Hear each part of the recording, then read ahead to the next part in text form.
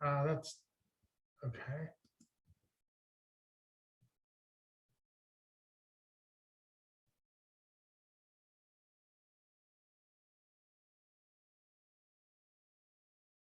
All right, I see the Zoom room is filling up. It is noon.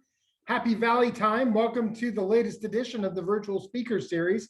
I'm Paul Clifford. We have a great presentation lined up for you today with Dr. Katrina Black Reed. She is a faculty member at Penn State Abington. She's going to talk about out of school time and programs related to learning outside the classroom. We look forward to her presentation in just a couple minutes. Thanks for joining us. As always, we'd love for you to let us know who you are and where you're zooming in from. You can drop that information in the chat on the Zoom video window or on Facebook Live if that's how you are watching today's presentation. We will be getting started in just a minute or two. Thanks for joining us.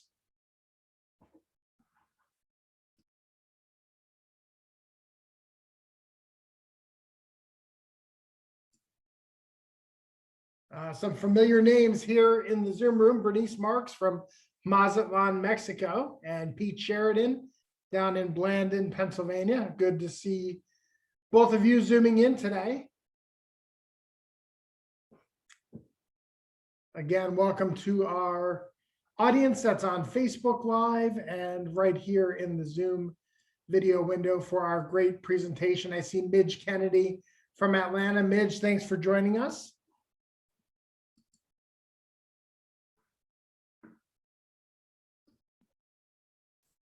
Where else would you rather be than a Zoom full of Penn Staters? Good afternoon, I'm Paul Clifford. Thank you for joining us.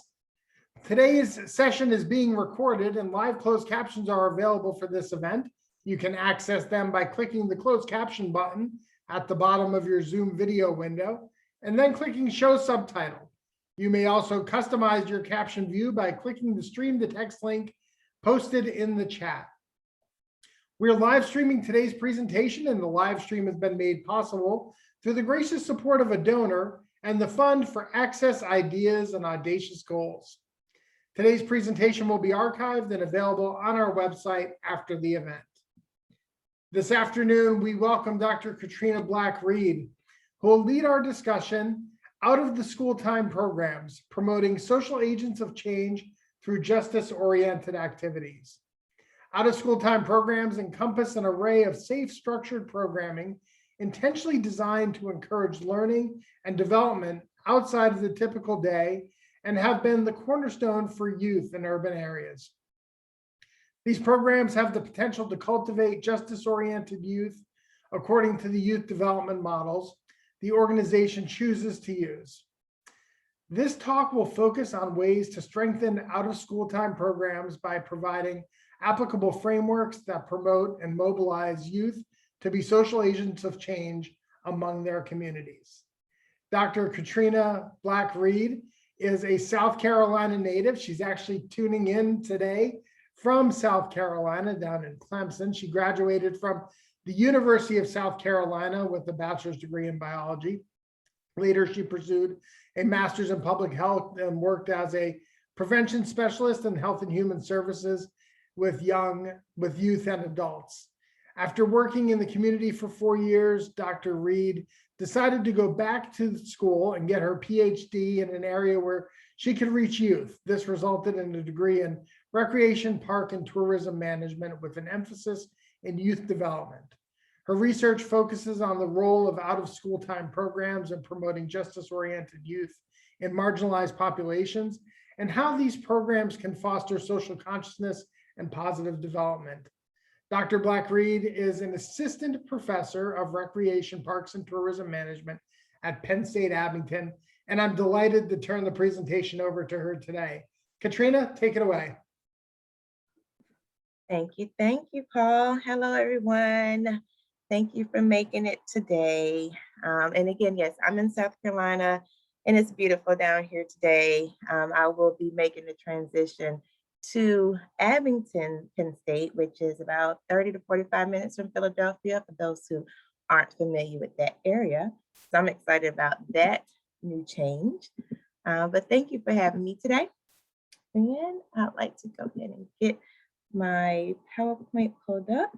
Can everybody see the PowerPoint? Just to make sure. Looks great, Katrina. Okay, great, thank you. All right, so as Paul described, I will be talking about my this research, the role of out-of-school time programming and predicting critical reflection and positive outcomes in marginalized youth. But first, I'd like to kind of tell you how I got here to this point of wanting to reflect on like my childhood with going to out-of-school time programs and summer camps.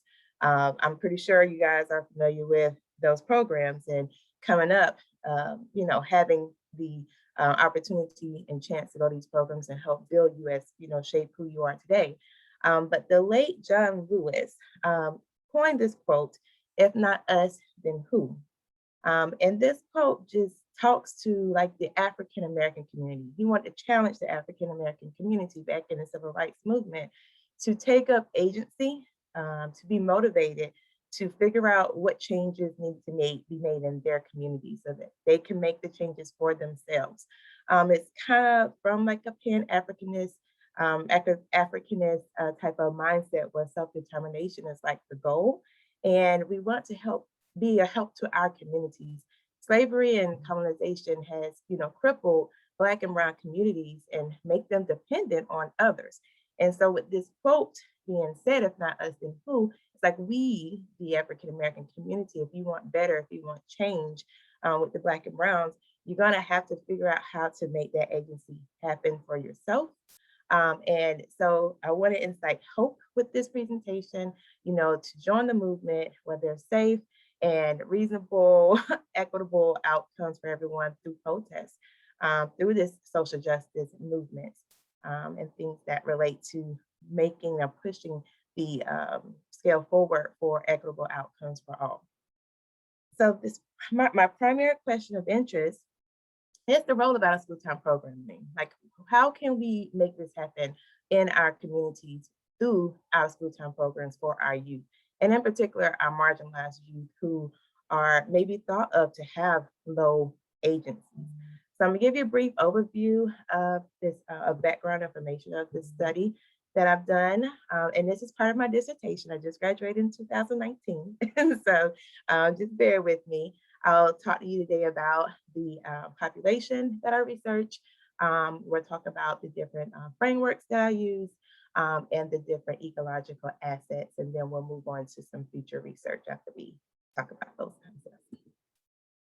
So marginalized youth, what I'm looking for, or when I'm describing marginalized youth, I'm talking about how they experience adverse social conditions that affect their ability to thrive.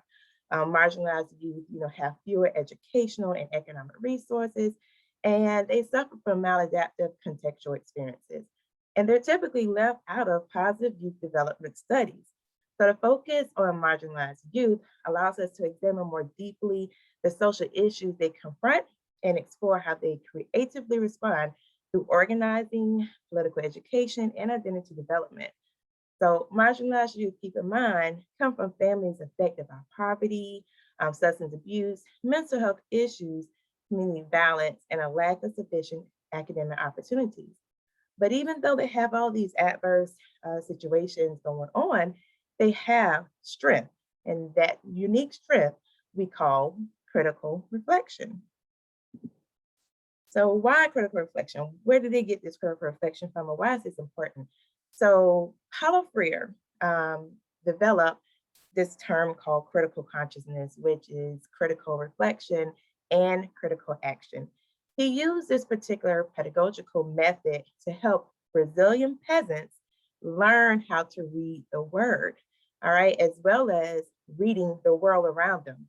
So he fostered literacy and the capacity for oppressed people to think critically about inequitable social conditions and take action to change them. So this critical reflection is individual strength that I'm referring to for our marginalized youth. It's a critical analysis of perceive, or the ability to critically analyze and perceive social inequities, such as racial, ethnic, gender, and social economic constraints on educational and occupational opportunities.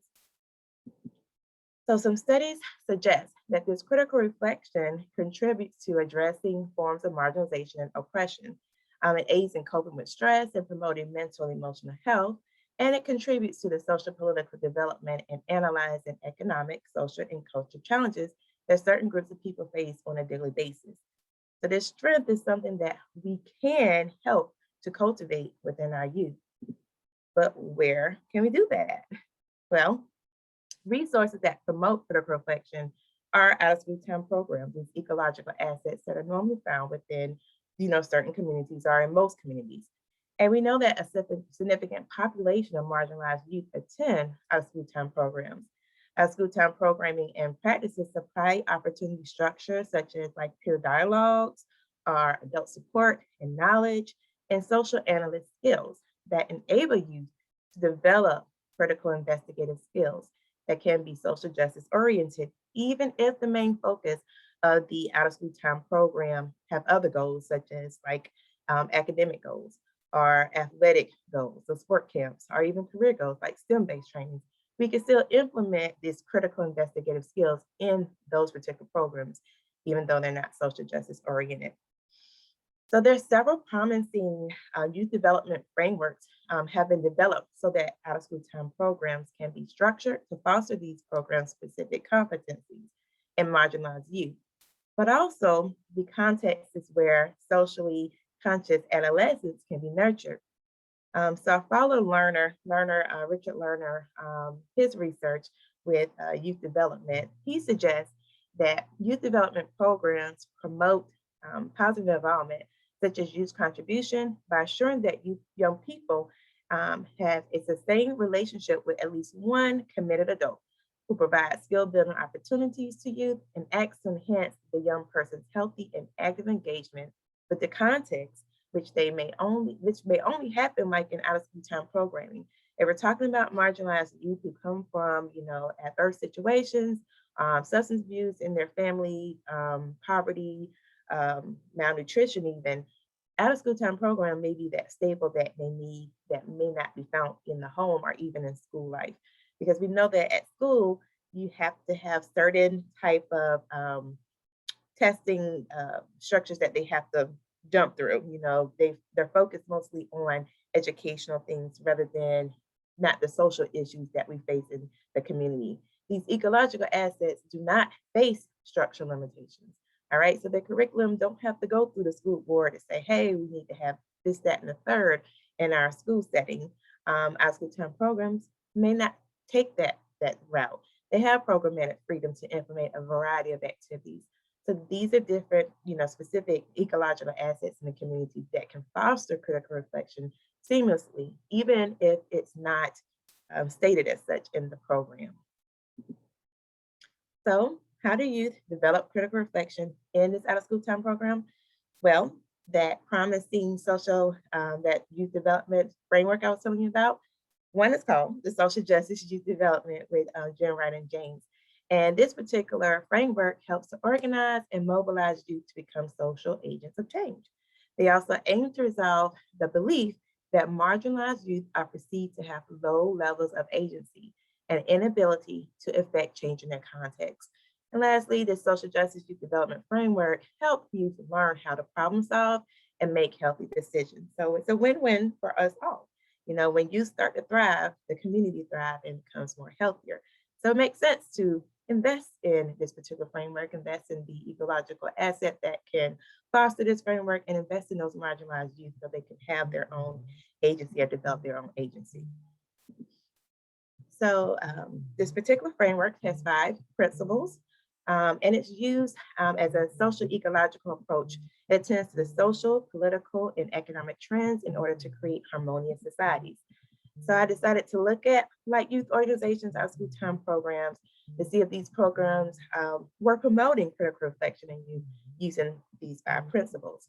Analyzing power and social relationships is one of the principles, promoting systemic social change, making identity central, and encouraging collective action, and also embracing youth culture. So Jim Wright and James argue that community-based organizations in urban communities can provide youth with access to networks, ideas, and experiences that build individual and collective capacity to struggle for social justice, and that chance to engage in critical civic practice, which is very similar to that critical action part of the critical consciousness we spoke about later. So remember, the critical consciousness has the two aspects, which is critical reflection and critical action. And this particular framework helps you to engage in that critical practice that we need. So here's how the model looks. This is just a general model right here. So I'm framing this research in a positive youth development perspective, where we're looking at the specific youth strength and looking at their context as having resources that can lead you to thriving. And when they thrive, they're more likely to contribute to their environment positively, right? So most recent research from the past has looked at youth development in a deficit model. However, I like to take a positive spin on things, and knowing that there is limited research on marginalized youth, this makes my contribution meaningful to this particular area of research. So here's what that actual tested model looks like. So yeah, as you can see at the top there, you have the critical reflection, which is the individual strength that will interact with the ecological asset, which is the out-of-school time program. They will be using these 5 principles of the social justice youth development, which is around the oval there of the out-of-school time program, and hopes to promote positive youth development. And the 5 C's of positive youth development is listed there as well. And then we have the 6 C of contribution.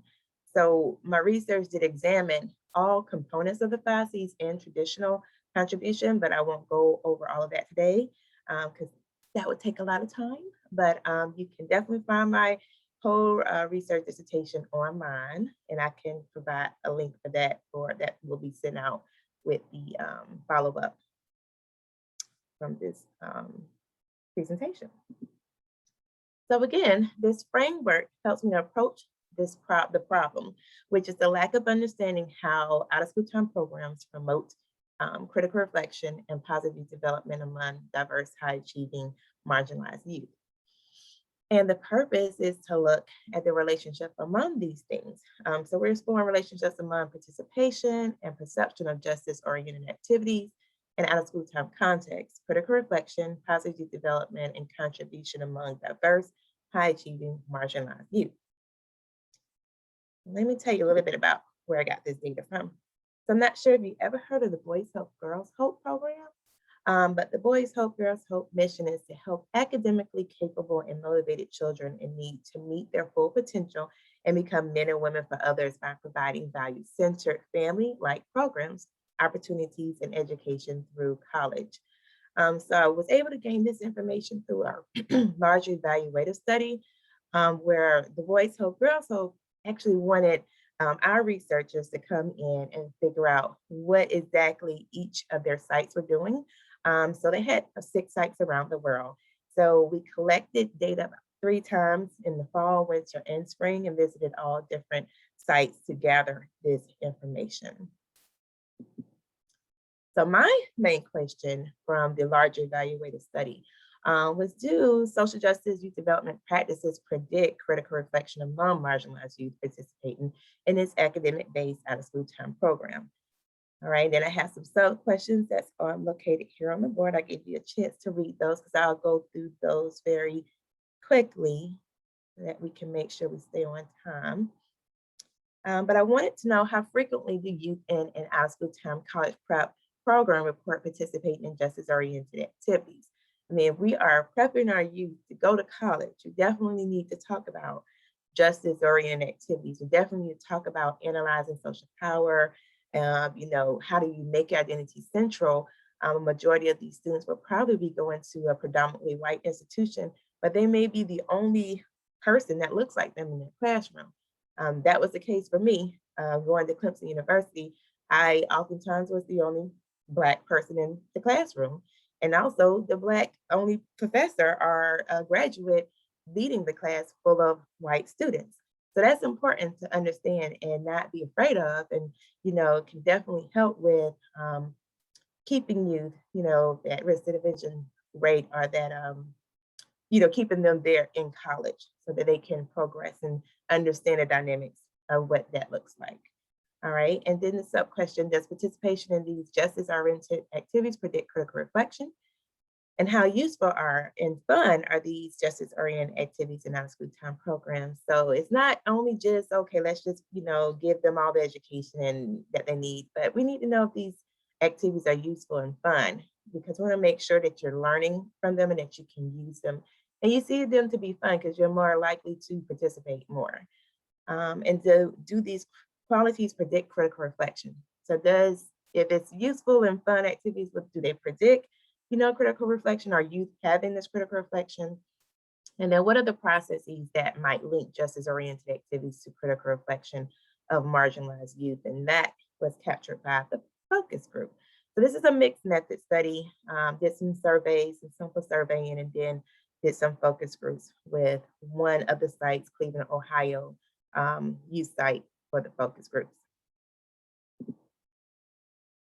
All right, so the results are on the board here.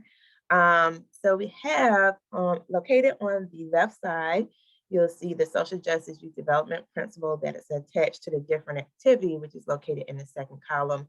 The third column tells you about the number of youth who participated in the activity. So if they're highlighted in green, that's for the highest participation. So 85% and up is what I highlighted to be green. And then in the fourth and fifth column is how fun and helpful youth rated the activities to be. And 1 out of 5 was the rating, 5 being the most fun or the most helpful, 1 being the least fun or the least helpful. Give me a minute to look that over. But most youth took part in most of the activities. You reported to participate in more activities that reflected on what's important in their life and gain an experience from making positive change within their community at higher percentages. So activities that were reported to be low participation were learning how to navigate through situations when discrimination and racism happens, and understanding how to cope with unfair opportunities within society and expressing who they are culturally. So those were the lower participation areas. But the good news is that at least 9 students reported to participate in at least 9 of the 13 social justice oriented activities. So they did get something. So this is the second half of the survey. It's set up the same way with the remaining social justice youth development principles on the left there.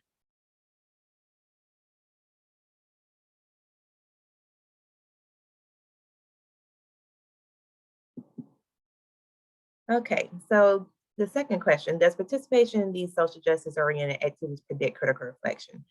Well, I know this is a lot of numbers on the screen, so you don't have to pay attention to all of them. Just maybe look at the purple arrow that I have you kind of focusing on, or your attention to focus on. Basically, that first line in social justice principle of making identity central, we wanted to know how many, if the number of activities affected critical reflection in any type of way, that participation level.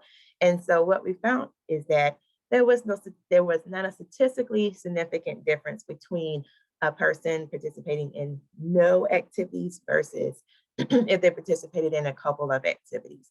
And so what that said to me is that maybe students are already either coming into the out-of-school time program with critical reflection, or the social justice youth development principle may not work individually to predict critical reflection.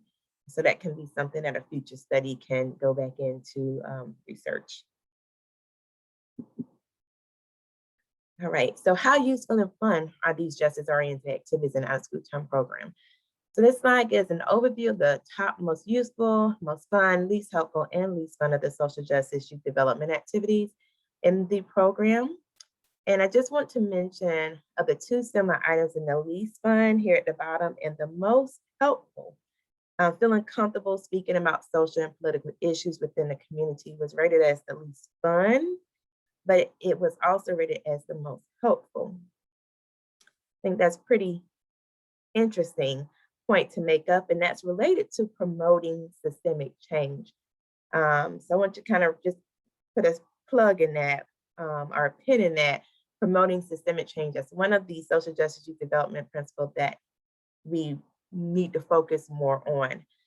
So though we haven't discussed the focus group results yet, I just wanted to kind of mention how important it is to include qualitative measures, such as the focus group, because in that group, youth discussed being able to brainstorm many concerns that needed attention in their community.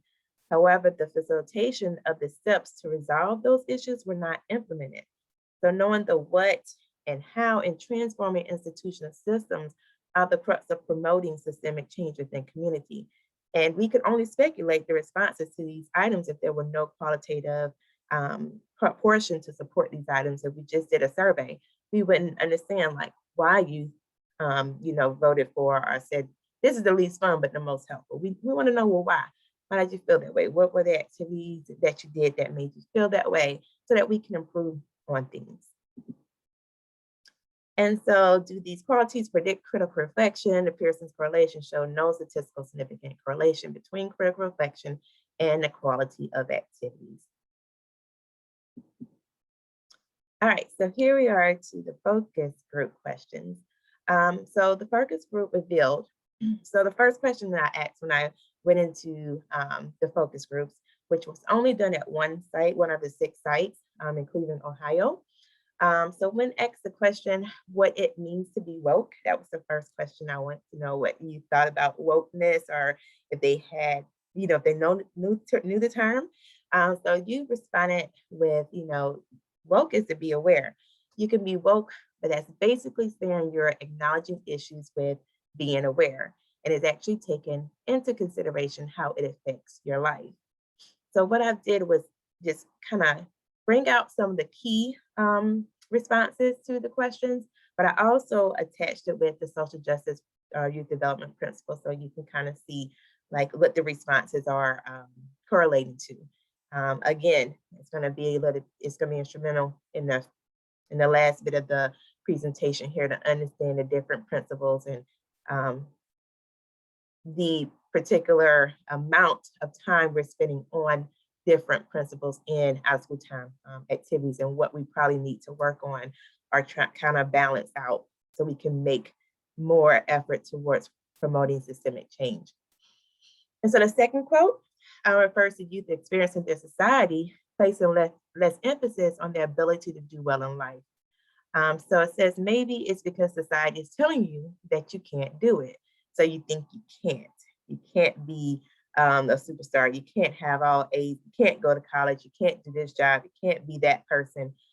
We talked about those things. And it places less emphasis on the ability to do well in life, because if you take in society and you believe it, then you start to operate in that low agency, and you start not to be able to be that powerful individual that you were created to be. So this can be attributed to their social context and their geographical location, because again, I'm in just one section of Cleveland, Ohio with about 15 youth. So this also speaks to what Jen Wright and James, the social justice youth development framework addresses, which is the assumption that marginalized youth are expected to have low levels of agency. So at that Cleveland, Ohio Boys Hope, Girls Hope facility, the demographics of the staff are majority white women, with the exception of one Black young lady who graduated from the Boys Hope, Girls Hope program and came back to now work there. So this demographic makeup affects what youth are willing to share when talking about social conditions, due to them not feeling like they are understood. However, you still refer to the staff as a listening ear, because, through peer dialogues and adult support, that still helps you to develop and grow and get their feelings out so that they can deal with the trauma that is either in the local community or just get things out. You feel better that way. So even though the demographic makeup may not have gave a lot of responses or help with fostering, ways to make change come about, they still had a listening ear, and that's still a good thing, especially for you. So here's the second half of some of the focus group things. So again, here, youth make connections to analyzing power as it relates to adults and their relationships. So that first long quote says, I remember just being a young kid and trying to be an advocate for some things, but they were like, oh, you're too young. You don't understand this. You have a whole life ahead of you. You have so much more to learn.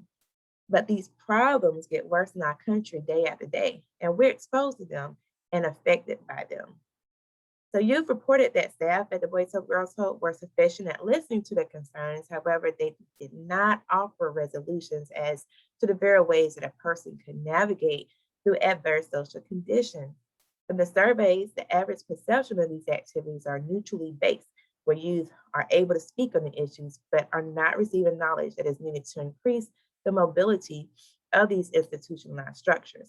So youth receive help, but they only are helped to a certain degree. Why is that? I'm trying to figure that out. I'm trying to see where I can help out with that, which is why I am doing this wonderful research. So in addition to you talking about race and gender, you've talked about age being a limitation to agency, where ageism and power differentials might have been playing a role to promote agency in youth. Therefore, practices are helpful, but adults could not really identify with them in this particular site. So analyzing power refers to imparting education that analyzes political power and the power that is present in one's own life.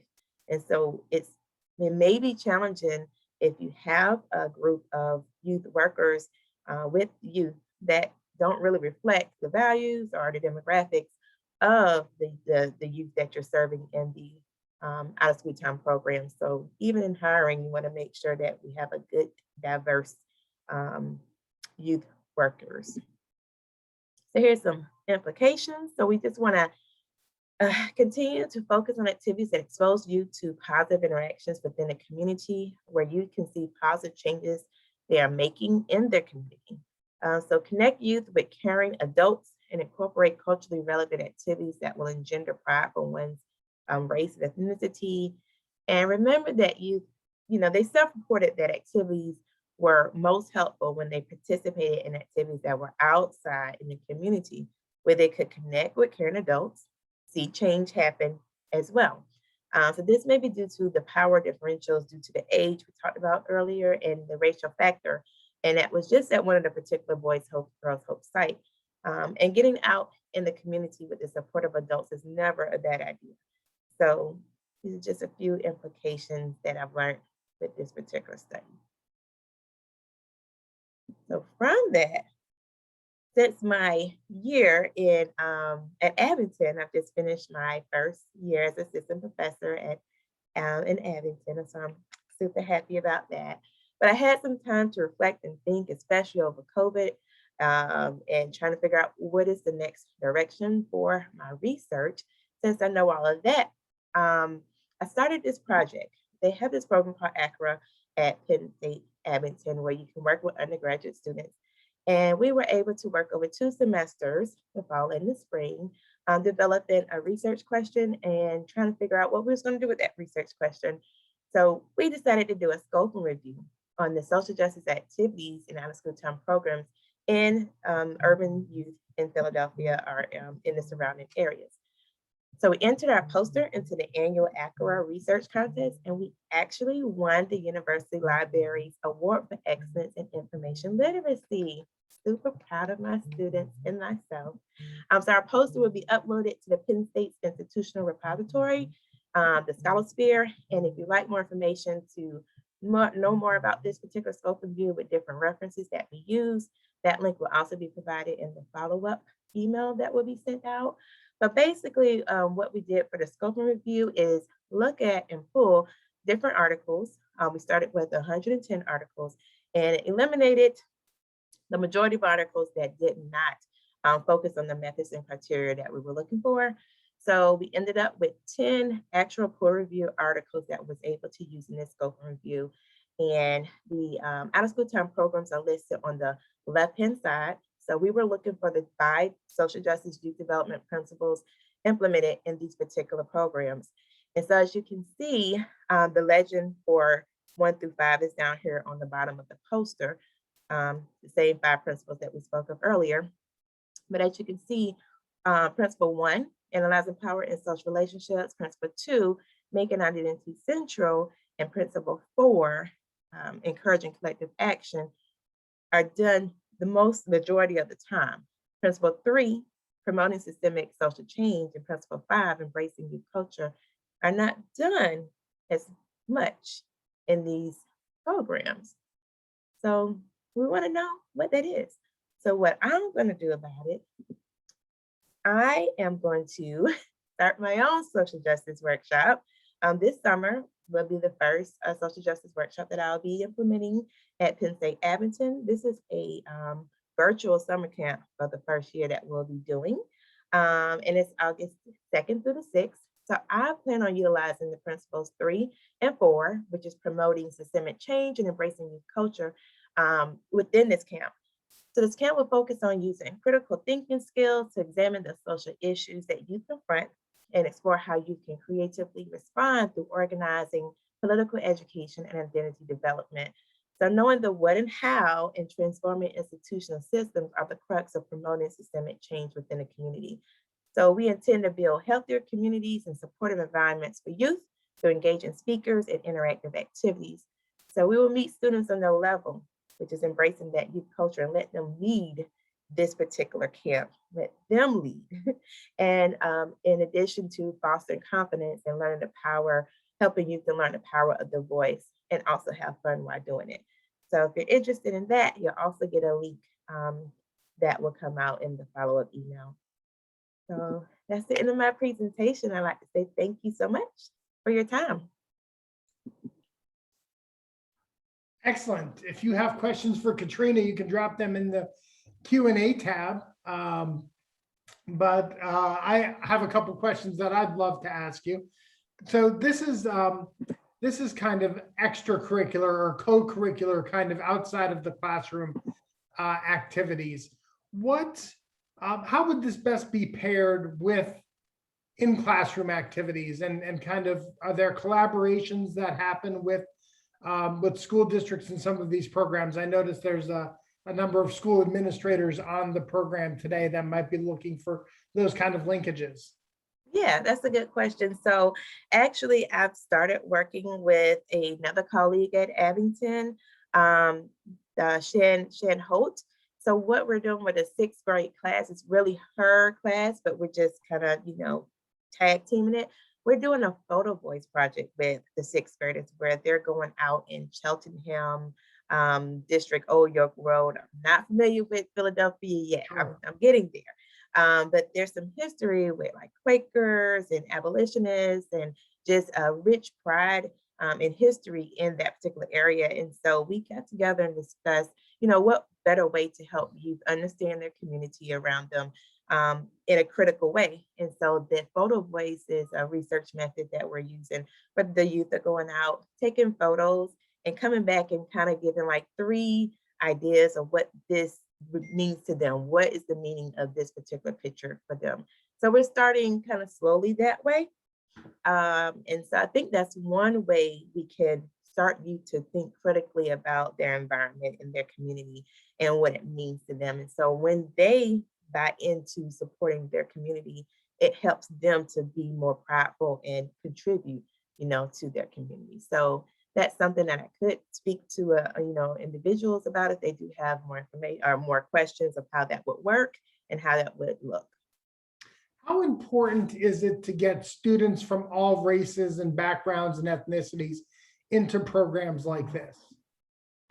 Well, for me, I think it's extremely important that we all come together. We should definitely celebrate each other, celebrate one another, celebrate our differences, and celebrate the uniqueness that we have. I mean, I'm glad we're all different. We need everyone and their differences to come together so that we can build better and build more. How boring would it be if everybody was the same? Exactly. Yeah, it's super important.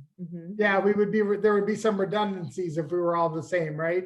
Yeah, nothing would grow. We would just be stagnant. Absolutely. But I would imagine that's probably part of the challenges that you face, is getting a diverse array of children to participate in these programs. How do you overcome those challenges? Well, so because I am not a program administrator, I just do the research side and evaluation side of things.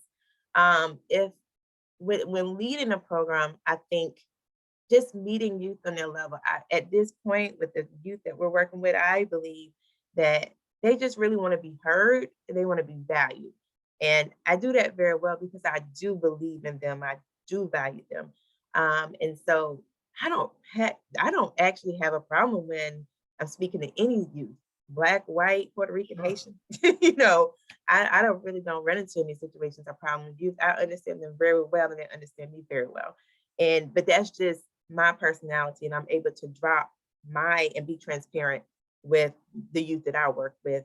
But some people do have that, remember that power differential that I talked about with the ageism, and it's like, oh no, you should wait till you get to a certain age before you do X, Y, and Z. But our youth are smart. They see more than what we've seen when we were growing up, through the social media. So yeah, Yeah. it's a good question. Yeah, it's interesting. The next generation always seems to be a little bit more progressive than the generation that came before them, right?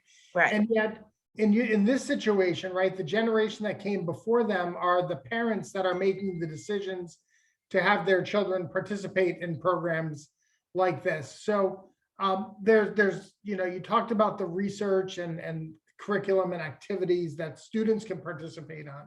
And is there co-curricular activities that are aimed towards helping the parents better understand so that they can have more meaningful conversations with their children when they come home with this information and have these conversations? I'm talking, whoever's at home, whether it's for parents or other siblings or grandma and grandpa.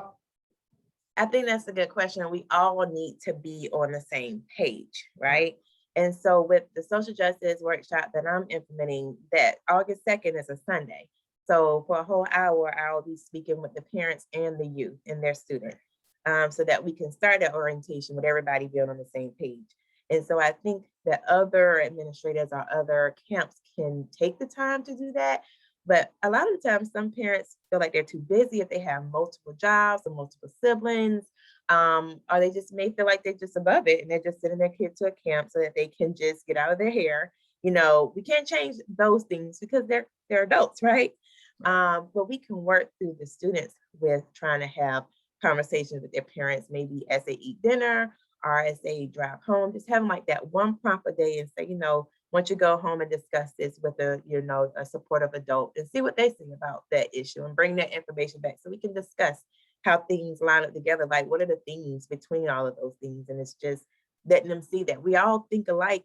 We all have concerns. We all want the best, for our students. And so for me, I like to speak to the parents, and I incorporate that into the social justice workshop so they know exactly what their student will be getting introduced to, and the hypersensitive issues that we're going to talk about, because we're going to talk about them. So we all need to just go ahead and feel comfortable with that. That's great. We have one of our Penn State colleagues on with us today, Rebecca Ann Escott. Rebecca is working remotely for Penn State Better Kid Care in Bethlehem, Pennsylvania, but she wants to know how she can get more information or how she can get in contact with you moving forward. Okay, so I'm not sure exactly what the follow-up email would be that you guys would send out. But I could provide you with my email address. If you go even run to the Penn State Abington and put Katrina Black Reed in, my page will come up.